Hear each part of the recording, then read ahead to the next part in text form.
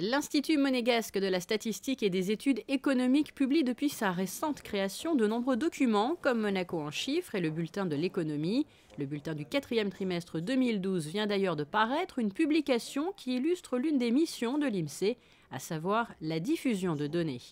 Les missions de l'INSEE, c'est de construire en principauté un système statistique, de mettre en place un système statistique, que ce soit les nomenclatures, les définitions, recenser les informations pour que tout le monde puisse en disposer et que nous, on puisse les maîtriser, en faire des études.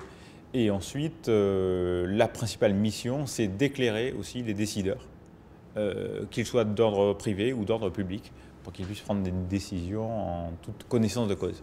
Et ces décideurs, comme beaucoup de professionnels, peuvent désormais lire le dernier bulletin de l'économie, le bulletin du 4e trimestre 2012, qui contient plusieurs informations afin de permettre d'en savoir plus sur l'état de l'économie sur le Rocher. Il évolue régulièrement depuis ces 2 dernières années. Notre objectif, c'est d'une part d'augmenter la fiabilité des informations qu'il contient et d'autre part d'élargir le spectre des informations qu'on délivre. Alors on a changé pas mal de choses. D'une part, effectivement, les données. On essaie de donner une information un peu plus large à nos lecteurs. C'est-à-dire concernant l'emploi, on a essayé de donner par exemple le nombre d'employeurs moyens pour avoir une évolution, pour une vision plus globale de l'emploi en principauté.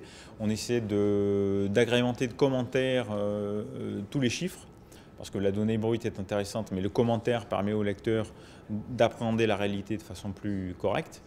On essaie de développer les définitions, d'être plus précis, et voilà un peu le travail qu'on fait. Et aussi sur la forme. Sur la forme, on travaille beaucoup la lisibilité et choisir des graphes qui illustrent le mieux les données qu'on veut faire passer. Et la dernière nouveauté en date, c'est qu'on a mis des petits indicateurs, des flèches, pour dire voilà, la tendance est plutôt haussière ou la tendance est plutôt baissière selon les différents secteurs. Le bulletin de l'économie est envoyé par courrier sur support papier et par mail. Sachez que vous pouvez également le découvrir sur le site de l'INSEE à l'adresse suivante, le www.imse.mc.